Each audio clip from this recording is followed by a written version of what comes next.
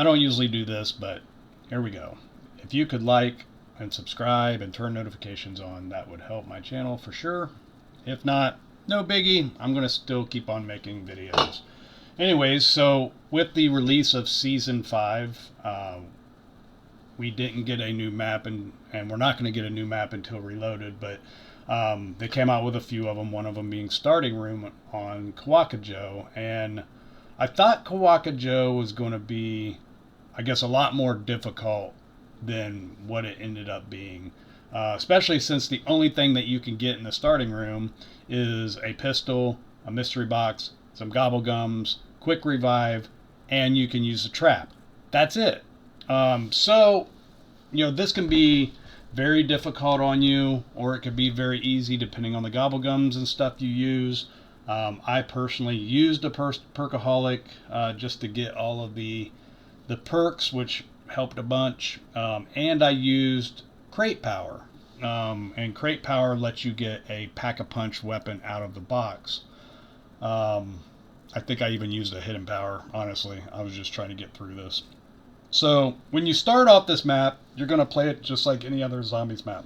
You're going to play the low rounds a certain way, the middle rounds a certain way, a little bit higher rounds a certain way.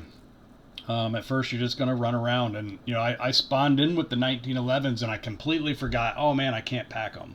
So, you know, I had to run around, and eventually I'll hit the mystery box and try to get some better weapons. And I thought the carbon with, you know, the automatic reload and whatever would be good. And it was for a while, but as the rounds went by, it got really terrible. So, for this map and what you get from it, I would recommend one of the ray guns, use crate power, and use that pretty much the entire map, unless you're going to use like a combat axe.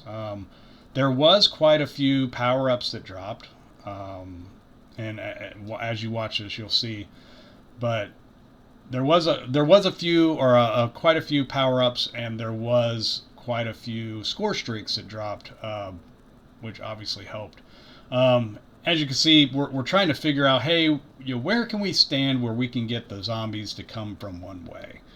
And the answer was not anywhere, really. I mean, you can stand under the bridge and kind of keep yourself towards this side of the map, and you'll get one or two spawning behind you until some of the later rounds. So you can put down a toxic growth, and you can kind of go from there. And it worked out pretty good for a little bit, maybe to like round 20 or 25, something like that. So, like I said, the beginning rounds, you know, you're just kind of going to run around like normal, you know, just killing whatever spawns. The middle rounds, you can do the under the bridge with toxic growth. When you get into the later rounds, you are going to want to do a circle around this entire area and train them behind you. And I would recommend doing it solo. As you can see, my teammate and I, we were kind of playing this, but what happens is at some of the later rounds, there gets to be so many zombies in such a small area that unless you guys are running together, there's no good way to really train the zombies. But if you stay together, or if you're solo and you can kind of just run around the edge, you can get the zombies to kind of follow behind you, and you can turn around and kind of pick them off as you go. They're going to spawn in front of you. They're going to spawn behind you. If you did use a perkaholic and you ended up with PhD slider, you can eliminate the ones in front of you pretty easy by sliding into them. So I'm going to just let this play until we get to kind of the higher rounds. As you can see, we're already on round 20, and we're using the under the bridge strategy.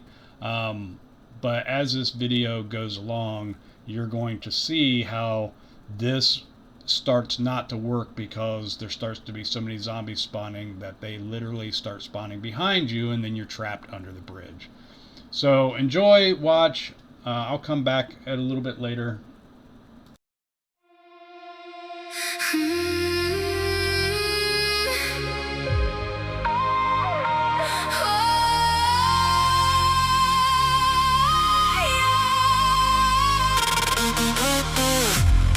色古典线落下，香刀口贴着心脏擦。你走后房间太大，回声在墙里慢慢塌。冷色银线绕着我，像种梦缠住每一个。我装作还没被击破，可眼神已经陷沉默。别再说了，我已经听够了。别再躲了，我在废墟里等着。带我回到那一刻，别让我再坠落。带我回到那一刻，把我从眼里解救。我还在，没熄灭。我还在，别走远。带我回到那一刻，让我把痛都喊完。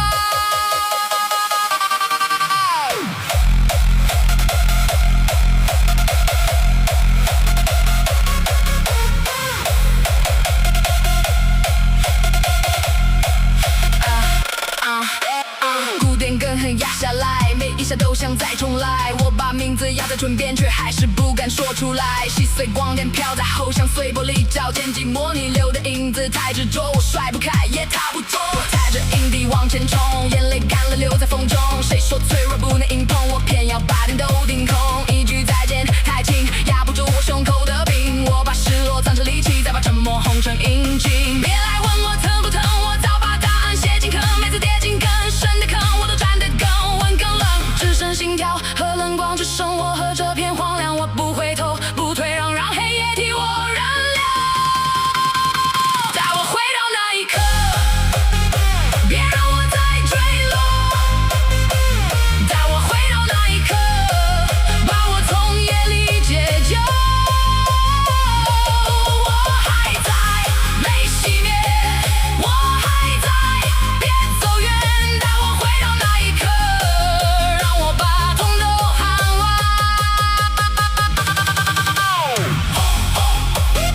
把我推向更深，我偏要活得更真。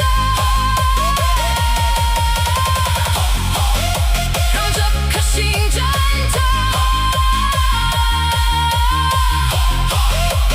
最后一次释然。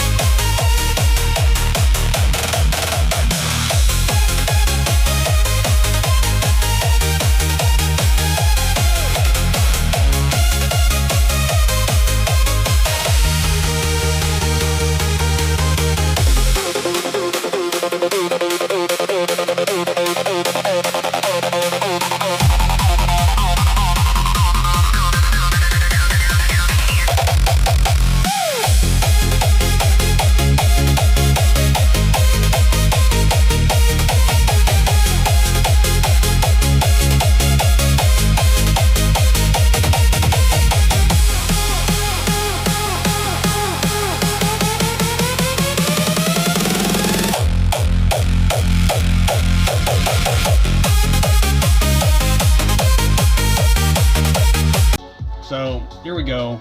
Actually, let me turn the music off. So as you can see, we're round 26. I'm going to skip this to round 35. This is when the guns really stop really working. I mean, they still work, right? But they just don't work as good because you're only pack one if you use the crate power. If you're not packed at all, like they're not working at all. And this is where you start to kind of change your strategy from the under the bridge, and kind of run around the edge, maybe hitting the dogs so the zombies get damaged by the fire, and try to run together, because if you don't, like, you know, people like to switch directions or whatever, and you know, they'll run the zombies into you. It's difficult with 1 to 4 or 2 to 4 players, I would say. Solo, you can probably manage the zombies a little better, and train them up a little better, you know, and that sort of thing. Cashmere's coming clutch for this for sure. So let this play, and I'll come back here in a little bit.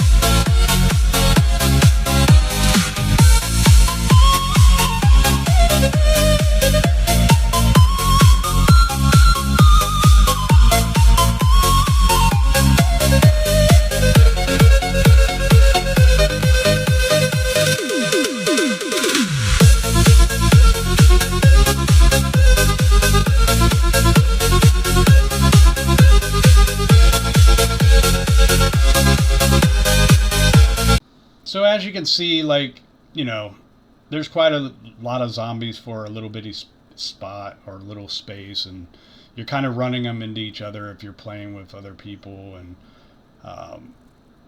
you know, you kind of got to use this around the map strategy to get through this. But eventually you'll end up at 50, and just like this, and you'll get the reward. And we actually took it to round 51 just to be sure. We probably could have went a lot further than 51, actually, just because we were both kind of loaded up. I mean, we didn't not get GobbleGums, you know. And you don't even have to do a perkaholic. Really, you could do like on the house and try to get some extra perks without doing a perkaholic.